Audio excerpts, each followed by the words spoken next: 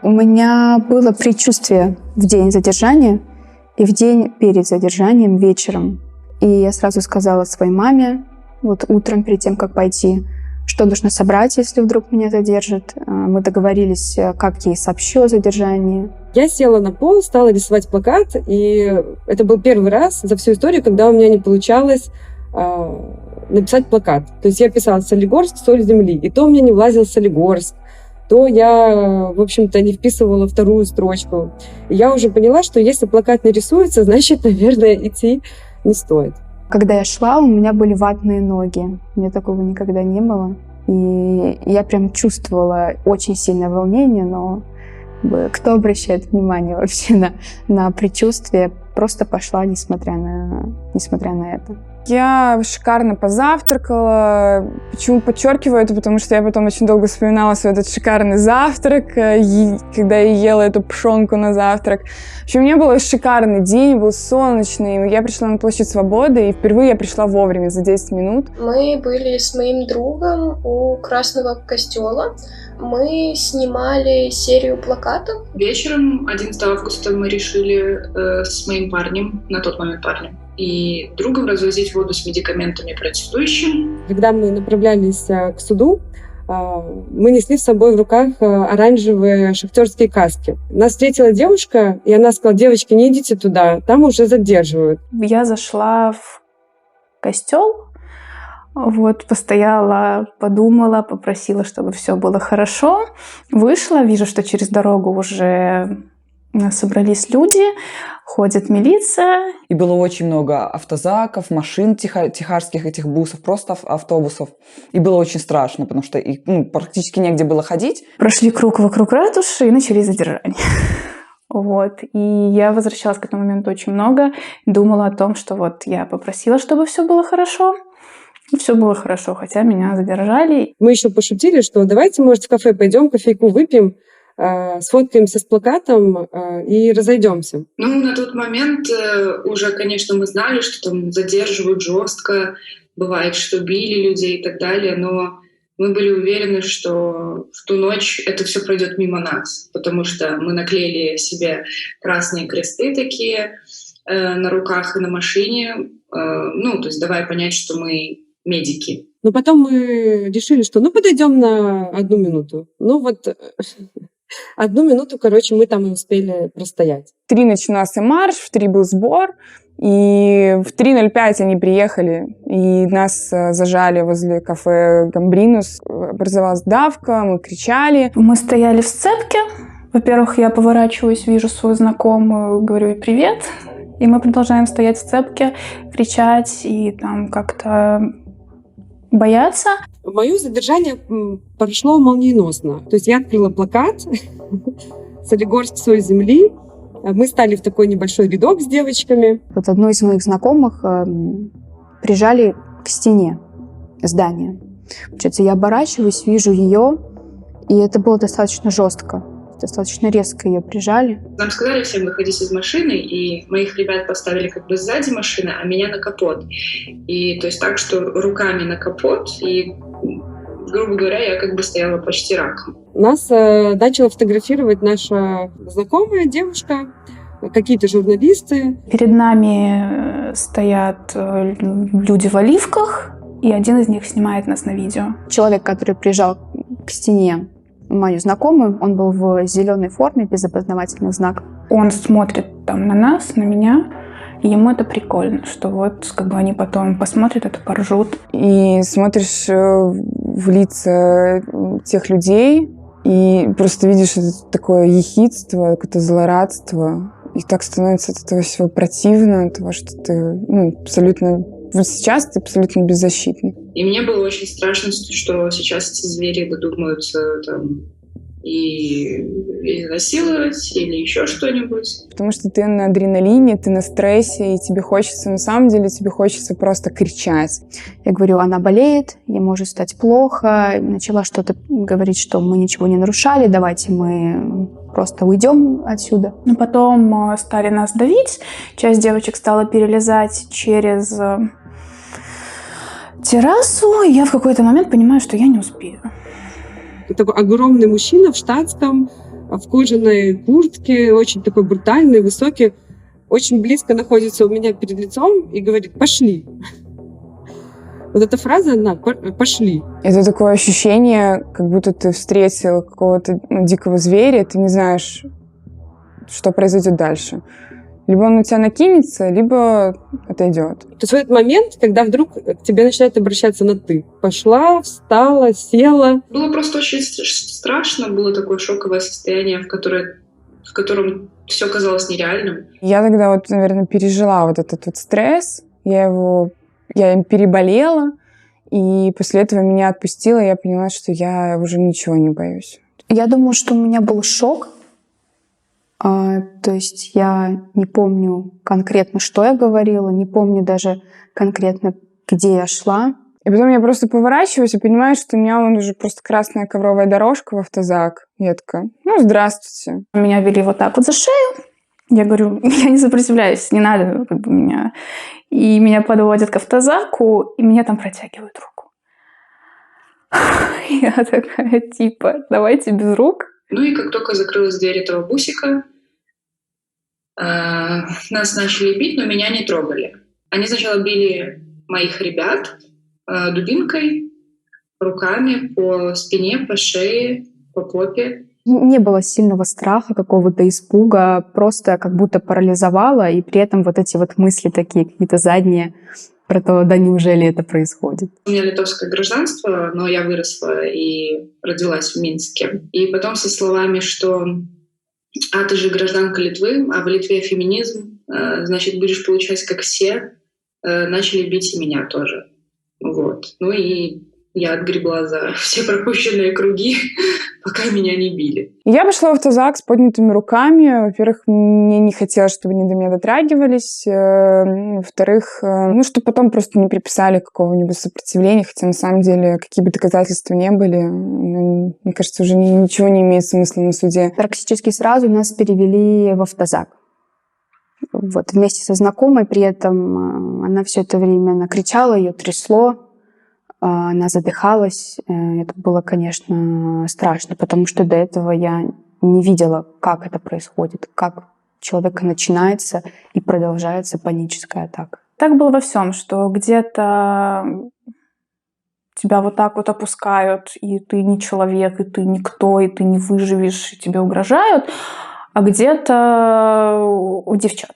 Ой, девчат, давайте, чего вы плачете? Девчат, давайте пошутим с вами. Ой, девчат, давайте вот это вот все. Перед тем, как меня задержали, было дико страшно, но в момент задержания страх уходит и появляется только злость. Подходят эти амбалы, говорят: пройдемте, не говорят, по какой причине тебя задерживают, не представляются. совершенно беззаконие творится, и чувствуешь только злость и бессилие. Ты бессилен при них. На их стороне закон, ты это точно понимаешь, не на твоей.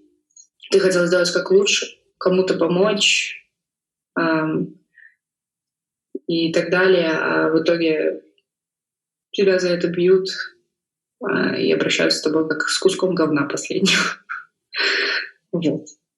В общем, атмосфера в автозаке была, я это сравниваю, как одна из сцен фильма «Кустурицы». Не хватало еще просто каких-то гусей где-то на галерке, потому что кто-то пел песни, кто-то очень громко читал молитвы, чем просто выводил меня из равновесия, потому что было, хотелось как-то сконцентрироваться, да, и как-то, побыть в этом моменте.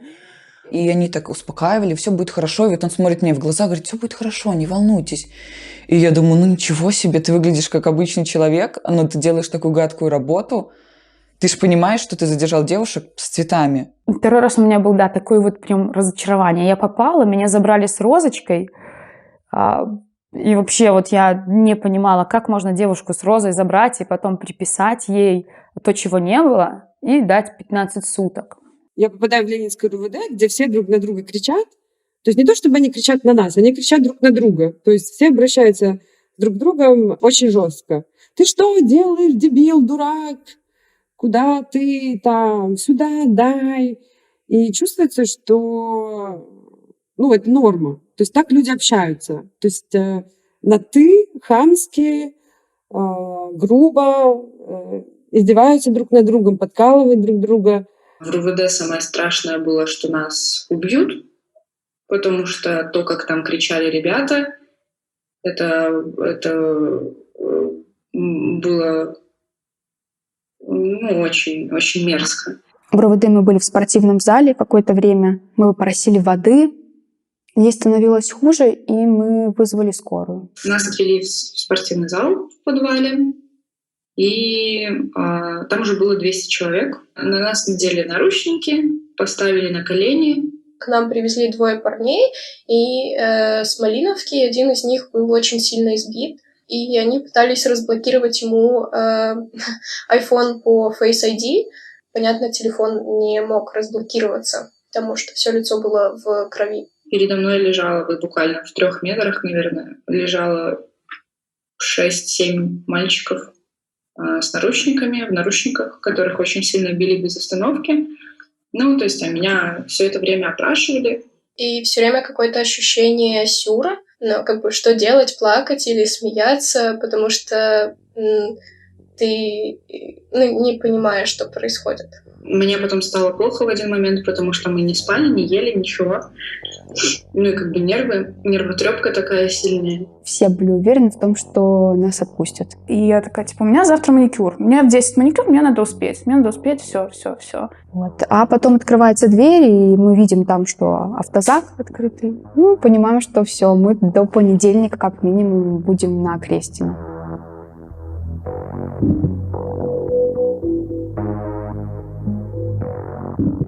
Утро на Крестина началось возгласом «Просыпайтесь нахуй». Еще само это ощущение тюрьмы, этот вайб. То есть двери такие огромные, металлические, все такое тяжелое. То есть сделано надежно. Понимаешь, что отсюда никуда. Я не знаю, как это у других, но у меня это было так, что это постоянно непрекращающийся какой-то страх смерти. Мне и другим людям было понятно, что в этом месте пытали людей. Вот-вот, еще чуть-чуть, и либо тебя убьют, либо ребят убьют, либо еще что-то произойдет. То есть страх потери себя, своих близких, любимых. Конвоир говорит: так, внимание, сейчас это тюремный объект, здесь всегда надо будет ходить, руки за спиной, голова вниз. Смотрим перед собой, руки за спиной. В течение нескольких дней у нас не было матрасов. У нас их забрали, отключали нам воду. У нас в камере были девочки, у которых были серьезные проблемы со здоровьем. Если ты лишаешься матраса, то ты остаешься спать на такой холодной решетке, которая очень жесткая, и мы понимали, что девочкам будет очень некомфортно. Вот я уже иду, руки за спиной, да, то есть мы идем гуськом, я, моя сестра. То есть утром мы еще пили кофе, я собиралась на массаж, там рисовала плакат, а вот мы уже идем гуськом. Черт возьми, я когда сейчас это говорю, это звучит не страшно. Это просто отсутствие матраса. Но там это было очень страшно. Это сильнейшее давление, потому что ты находишься в камере замкнутой, ты не можешь оттуда выйти. Все твои действия контролируются. Как говорят, что там перед смертью у тебя пролетают всегда самые яркие моменты жизни и так далее. Нет ничего подобного. Ты просто лежишь и думаешь только о том, что сейчас происходит, и о том, что ты можешь сделать хотя бы вот в последнюю минуту. Но у меня были мысли прям вот суицидальные. Я думала, я лучше вскроюсь, чем я буду сидеть тут снова. Это ужасно, это кошмарно, это несправедливо. Я думала вообще, что я не смогу вообще ничего. Мне уже хотелось просто лечь и умереть вот так вот. Просто все, я не хочу, не буду, не могу. Вообще есть какое-то такое немножко неадекватное состояние, даже какой-то легкой как бы эйфории. То есть так, наверное, работает просто наш организм, защищая нас от шока. А так обычно там все смеются, шутят, стараются всегда что-то смешное найти. И насколько я поняла, плакали всегда все по ночам. Я думала, может, это только я. И еще идет такая ломка. То есть уже не на свободе, но еще как бы не в тюрьме. То есть, но все, что тебе говорят делать, там, пошла, встала сюда, да, лицом к стене, вызывает внутреннее возмущение. То есть, в принципе, даже нет еще какой-то привычки выполнять приказ. Плакать там тяжело. Это не воспринимается как освобождение, как в обычной жизни. То есть это такая необходимость, скорее неприятная. И я проснулась ночью от того, что от криков мужиков, то есть там это был ор мужчин, мальчиков, парней. Ор стоял просто невыносимый. И их заставляли петь гимн. Помню, мы сели, и все заплакали. Не навзрыд, конечно, просто текли слезы. Мы продолжали разговаривать при этом, и мы так сели, и одна из моих сокамерниц говорит: так, девочки, я думаю, нам нужно обговорить то, что сейчас происходит, это пытка. Тут же какой момент, что одно дело, когда, допустим, на тебя кричит кто-то, да, и ты можешь сказать в ответ что-то. То есть это какая-то приемлемая ситуация. Можно тоже выплеснуть свою злость. А в ситуации с содержанием в тюрьме на тебя кричат, а в ответ можно только молчать. Чуваки, нет, мы с вами как бы не на равных абсолютно. Нет, то есть вы можете со мной сделать все, что угодно, а я ничего не могу сейчас. Меня никто не защитит. Хотя должны защищать вы как раз-таки. Я плакала именно от страха, от осознания того, что люди за стеной направляют свою энергию, свои мысли именно на то, чтобы сделать мне больно. Но однажды к нам пришел охранник такой, Антон. Он так и сказал: я Антон. И он показал нам свое лицо. Я свое лицо не скрываю. Я хороший охранник. И Антон говорит: вы не бойтесь, что все здесь орут? Вот смотрите, я тоже так умею говорить. Стой сюда, пошла, легла. А потом продолжает вот таким обычным голосом.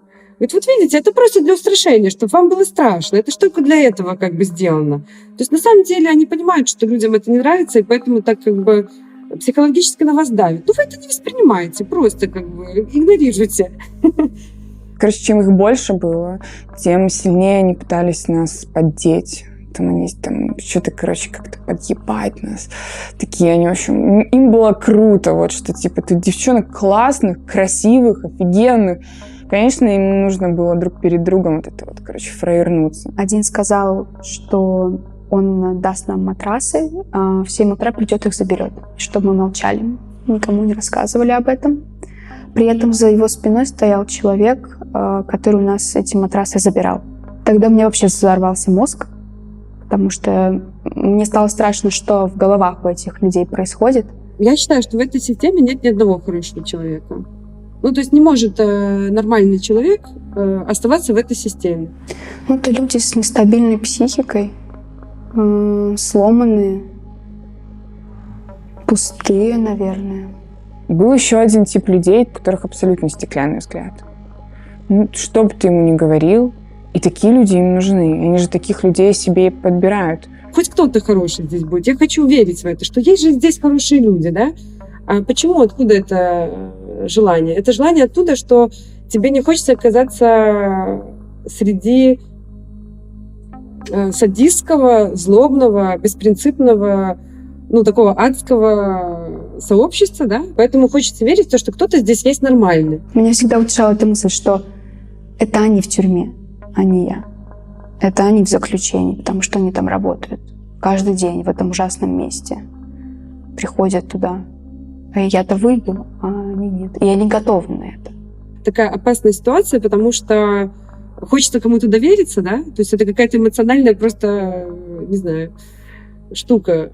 И они тоже, видимо, это понимают, и они могут сыграть на твоих чувствах. Когда какой-нибудь работник проявлял к тебе хорошее отношение, это всегда было очень мило и прям до слез. Казалось, вот сейчас он уйдет, и все, ложилось, и иногда подступали слезы, потому что вот это вот очень сильно касается там. Мы сидели с художницей, и у нее пришла ассоциация с кукольным домиком. И я понимаю, что кукольность здесь не в том, что там типа прикольно, а в том, что мы неуместно кукольные там. Да мы сидим там, не знаю, в эту кормушку, чтобы миску взять, руки достаем свои наманикюренные, и все, и они видят вот это. Они видят, как мы с ними разговариваем, как мы с ними хихикаем, здороваемся, благодарим. Это люди, которым нравится причинять боль другим.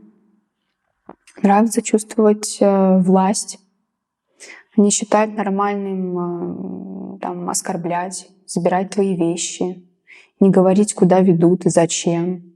Люди с больной душой, с больным воспаленным сознанием. Там для них мы такие какие-то непонятные игрушки. И поэтому всегда ты находишься в ожидании, что сейчас что-то случится, сейчас может что-то произойти.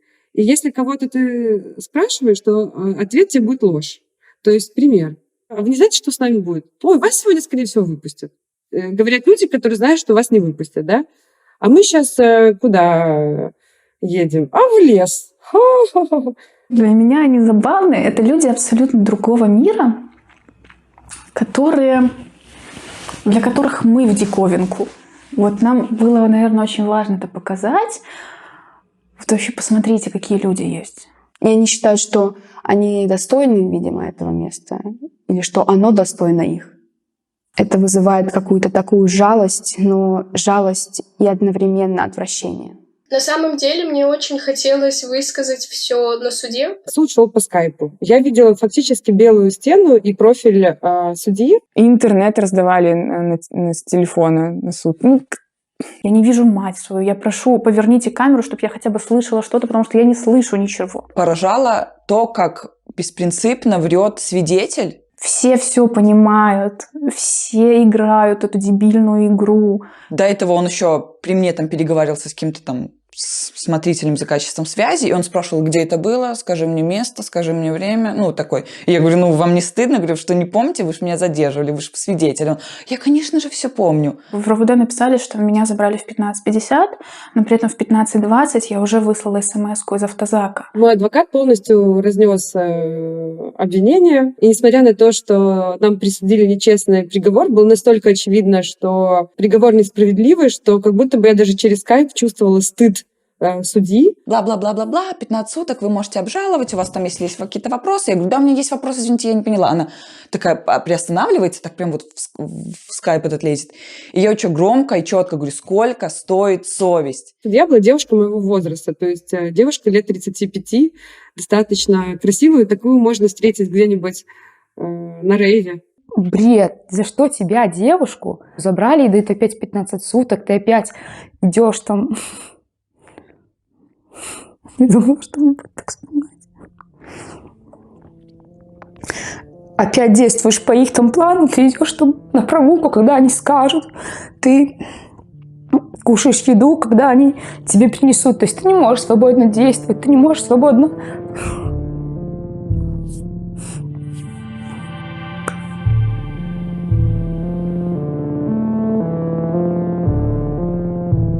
Нас переводили из ИВС в ЦИП, и мы прошли буквально, может быть, 50 секунд по улице. после вот этих около 5 дней в заточении. И мы шли и улыбались все. И я тоже улыбалась, и все улыбались, и так смотрели вокруг на деревья. Я выхожу в этот дворик, уже понимаю, что да, меня не выпустят, что мне еще придется там сидеть 8, получается, дней. И я очень хорошо запомнила запах липы. Он был настолько сладкий, этот запах, как будто даже во рту было сладко. Я вот просто подняла голову, смотрю, стою. Вообще никаких звуков, кроме шума деревьев. Потом нас привели в камеру. Она была очень маленькая, она была на 4 человек. Там ужасные, отвратительные, ярко-желтые стены. В окно, понятное дело, ничего не видно. Мне казалось, что эта камера на меня давит, сейчас меня раздавит. Нас запихали в очень такие узкие стаканы. Насколько я знаю, что в стакане этапирование приравнивается к пыткам, потому что воздуха нет, жарко, непонятно, куда тебя везут, как долго это продлится. Мы выходим, сразу нас встречают с собаками, очень такие злые, какие-то хмурые все люди. Ты идешь такими лабиринтами подземными, длинные коридоры. Все очень старое, очень обветшалое, страшное такое. Тебе кричат постоянно морду вниз, руки за спину. Ты идешь быстро, не сбивая темп, и вот тогда ты чувствуешь страх, потому что ты не понимаешь, что будет дальше. Появился такой панический, неконтролируемый страх. И нас заводят сразу в какую-то камеру и закрывают за нами дверь. Я помню, что я говорила девушкам, которые были со мной, я говорила, мне кажется, что я умру, что я не выйду отсюда. Там не очень светло, посередине лужа, пол такой бетонный, весь в рытвинах, какой-то вот очень грязный, вот прям полностью обваливающиеся какие-то хлопья потолка. Там даже не хотелось вообще ничего делать, мы стояли вот так вот, мы даже вещи свои особо не, пакетики, какие у нас там были, мы так вот стояли, потому что максимально было отвратительно. Такое ощущение, что эта камера 40 лет назад, этот корпус был закрыт, и сейчас, когда у них не хватало места, они открыли вдруг эти места, и поселили нас туда. Вот такая у нас была камера. В этой камере была огромная такая в углу от потолка до пола плесень черная. И там кое-где еще были такие следы плесени, но вот это было прям... Вот ты заходишь сразу, видишь плесень, лужу и такой. Вот так вот. 19 кроватей, да, и все они как-то сваренные между собой, пол цементный. И ты приходишь, и ты думаешь, как тебя могли сюда забросить? У меня были беруши, я надела беруши, легла на кровать свою. Ты понимаешь, что твоя жизнь сейчас зависит от приказа. Я пыталась успокоиться, и я прям помню, как я подбирала каждую мысль, потому что мне казалось, если бы я выбрала не тот путь мыслей, то я боялась, что я могу как будто сойти с рельс и не найти их опять. Может, там уже всех расстреляли снаружи, и сейчас за тобой придут. То есть я бы сказала, что это был панический страх потерять себя, потерять разум. Я полностью как будто замораживалась и чувствовала себя парализованной. То есть я забивалась, как хомячок, скручивалась, и чтобы ничего не чувствовать. Рептильный мозг животный, он кричит: уходи, уходи, беги отсюда. А твой высший мозг, он понимает, что ты не можешь. Они могут. Потому что они могли это на улицах, потому что они это могли в судах. С тобой может произойти все, что угодно. Как я поняла, получилось так, что я как бы немножко умерла. То есть мне же не получилось выбежать. Наверное, я пережила вот это состояние какой-то внутренней смерти в своей голове. Даже было страшно, нам подходили мерить температуру, когда мы стояли все около стены. Когда тебе что-то подставляют в голове, ты не ожидаешь, что это будет градусник. Это состояние, оно как бы подкосило меня, потому что я поняла, насколько уязвим человек, и что, может быть, не только физическая травма, несовместимая с жизнью, но и психологическая травма, несовместимая с жизнью. Живешь в толчке, ешь в толчке, читаешь книжку в толчке, ходишь толчок в толчке, и как бы все вот это твоя реальность. Еще в этих камерах, в каждой камере, там в Барановичах есть камера, видеокамера. Она прям над туалетом расположена. В 10-ром в одном помещении с открытым туалетом все делаешь на виду у всех. Вот, поэтому у нас типа очень много было всяких туалетных шуточек. Они заглянули так вот в монитор, и потом приходят и говорят: вы знаете, девчонки, видно все. А камера прямо над туалетом висит. Мы думали, там хоть какой-то другой угол будет. И они говорят: видно все. И мы, ничего страшного уже. Это же не наша работа смотреть на это все. В тюрьме сразу ощущаешь, насколько физиологично этот опыт. То есть кажется, что это какое-то стоическое переживание, психологическое, да, несомненно, тоже, но в первую очередь это очень тяжелые условия физические. Был такой один работник, который любил начинать утро с гимна. Прям громко. А у нас еще камера была прям под радиоточкой. Нам нельзя было садиться на кровати, и когда малейший шорох, то ты сразу же подскакиваешь и стоишь. Но это определенно развивает какое-то чувство тревоги. Мы ложимся спать, влажная постель. Просыпаемся утром, у нас по окну, по кормушке, по стенам текут капли воды, потому что там ужасно было влажно. Берешь подушку, она разваливается, из нее вываливается какая-то субстанция, ты не знаешь, что это. 9 дней из 10 у нас не было горячей воды в кране. Мы еще боялись мыть голову, потому что в камере было очень холодно и очень сыро. Холод — это реально большая проблема, когда ты в холоде постоянно, то есть находишься, то есть отъезжает потихонечку голова. Я заболела практически в первые сутки. И меня никто, врачи меня не слушали вот этим стетоскопом. У нас многие болели короной, и нам давали 2 сантиметра чая. То есть это даже иногда 100 грамм не было. И мы просили: вы понимаете, у нас люди болеют, нам нужно больше жидкости, дайте нам больше чая. У нас все время горел свет 24/7, и аргументировали это как то, что вы должны страдать. Больше недели мы сидели вообще, нас не выводили. Мы в душной камере, потому что у нас плохо работала вентиляция. Тебе не хватает банально видеть небо, но солнце вообще роскошь, но неба очень не хватало. У меня была стена увешана всякими там открыточками, портретом, еще там письма, какие-то стихи. Быстро как-то развесили свои вещи, положили полотенце, и вот уже это страшная средневековая камера стала каким-то уютным местом. Возле твоей шконки частичка уюта, это было очень приятно. Оно такое теплое, чувство какое-то. Но мы лечили эти стены собой, своим каким-то отношением, стихами, песнями. Мы очень много пели там в Жодино, в Степянке. В Барановичах нас отвели в душ. И они нас предупредили, что у нас есть 10 минут, иначе мы пойдем в камеру голыми. И я вижу этих девочек, они заходят такие красные и такие счастливые, и все улыбаются. Девочки, это такой кайф, девочки, такой кайф.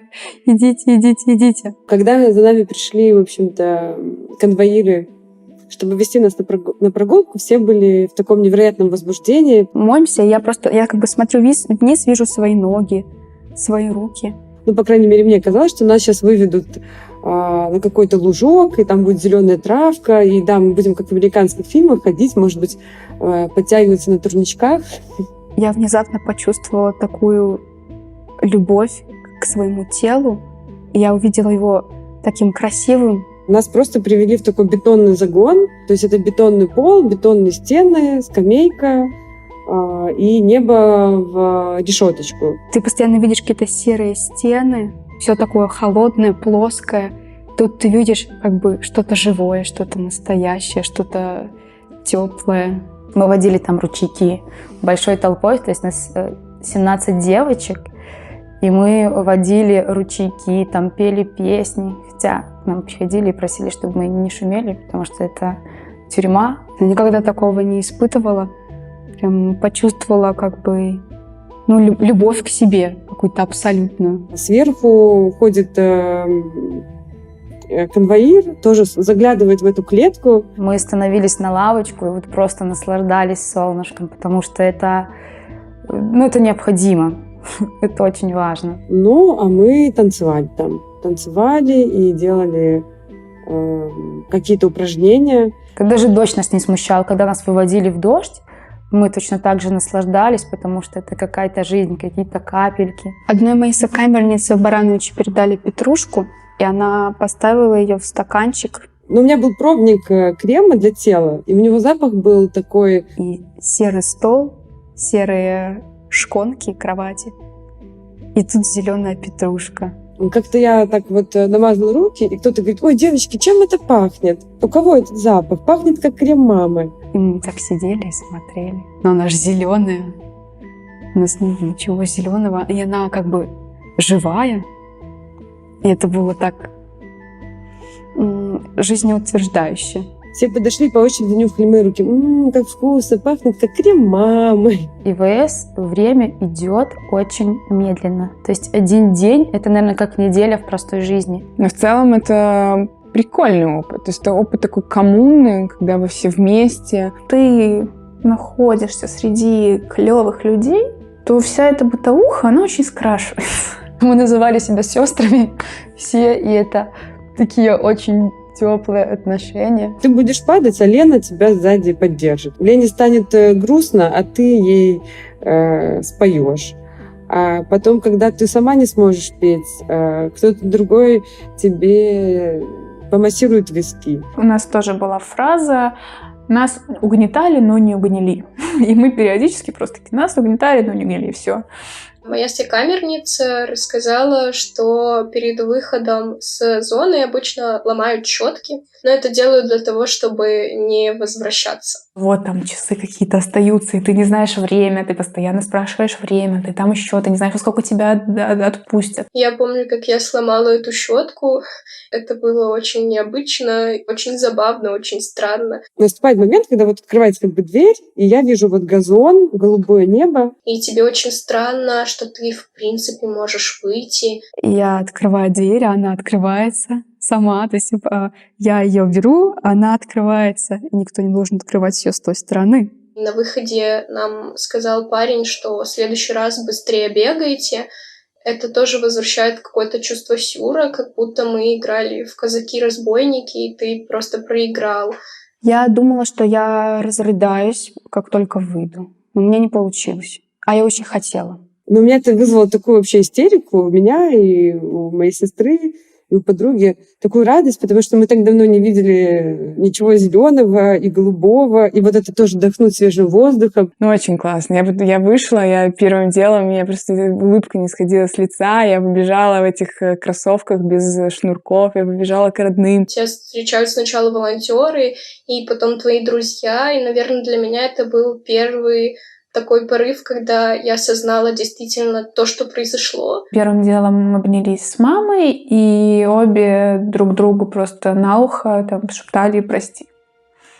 И я не ожидала, что я так расплачусь, и меня обнимали мои подруги, и я вообще, немного растаяла, и вот у меня было такое чувство, какой-то выход из этого замирания. Просто ничего не понимала. В голове как будто какой-то белый шум. Я сама не поняла, как оказалась в машине и как мы уже поехали домой. И для того, чтобы осознать, что произошло, понадобилось очень много дней.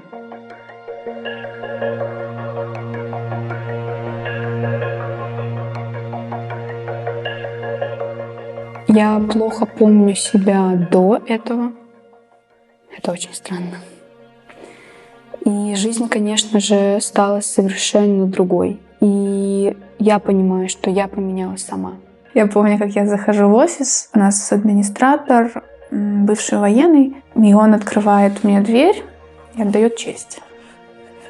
Утром я пошла с братом в лес, который у нас тут недалеко. Я ходила, я гуляла, я прям наслаждалась, потому что вот я могу идти по лесу, гулять, дышать воздухом, и мне никто не скажет там молчать, лицом к стене, руки за спину. Ты отчуждаешься от себя. Ты становишься объектом, который выживает. Я это чувствовала, что я не я. Ты видишь вот эти все веточки, там, елочки, все на свете. Это очень красиво. Когда ты выходишь на свободу, то это «я» возвращается постепенно. Но у меня нет ощущения, что оно до конца вернулось.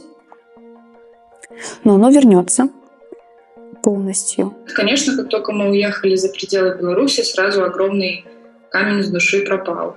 Стало полегче, посвободнее, поспокойнее, но накрывает периодически в самые разные моменты. Осталось большое чувство тревожности. Например, я все время боюсь, когда теперь вижу какую-то проезжающую маршрутку или какие-то звонки в дверь.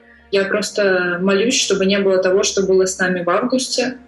Но, читая новости, ты понимаешь, что снова там из какого-нибудь РУВД 4 скорые уехали, значит, с людьми что-то произошло, значит, опять они кого-то настолько сильно избили. Я не могла принять позу, никакую позу, кроме ровного солдатика. То есть так, как я спала все дни на Окрестиной, в Жодино. Когда я вышла, то постепенно начали возвращаться воспоминания и ощущение вот этого страха, ужаса. Наверное, появился страх оставаться одной надолго, особенно ночью. Еще был страх заснуть. Я лежала, я солдатиком, я так проваливаюсь, так, каждый раз выбрасываюсь назад, потому что не дай бог, уйти в беспамятство, а вдруг сейчас дверь выломает, и кто-то тебя, в общем-то, заберет. Не каждый день, но очень часто все равно снятся сны, как я убегаю от оливок, как меня задерживают оливки, как я сижу, как я там выхожу, и вот это вот все очень тяжело. Были моменты, когда мне было настолько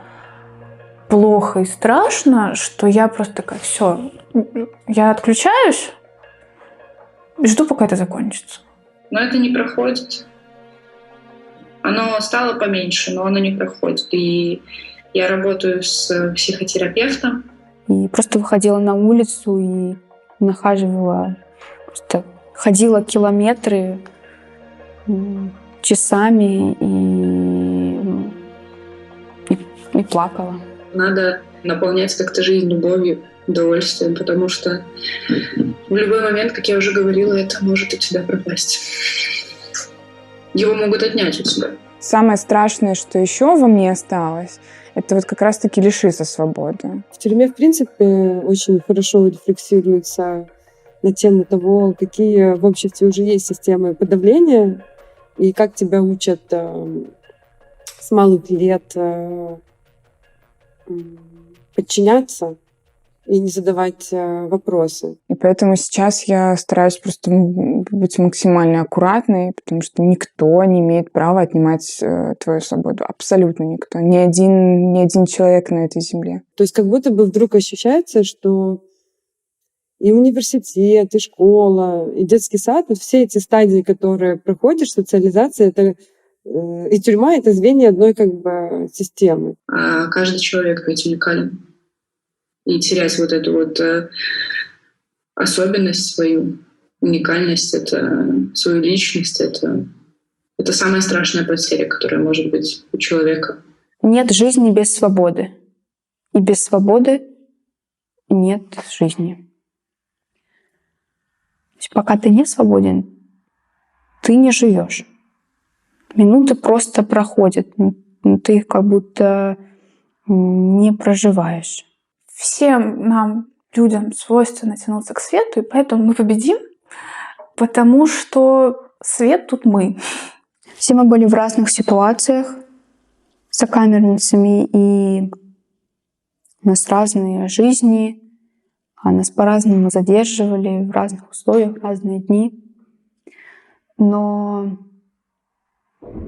мне хочется верить, что мы чем-то похожи, потому что эти девушки, женщины очень смелые, сильные, искренние, сочувствующие, настоящие.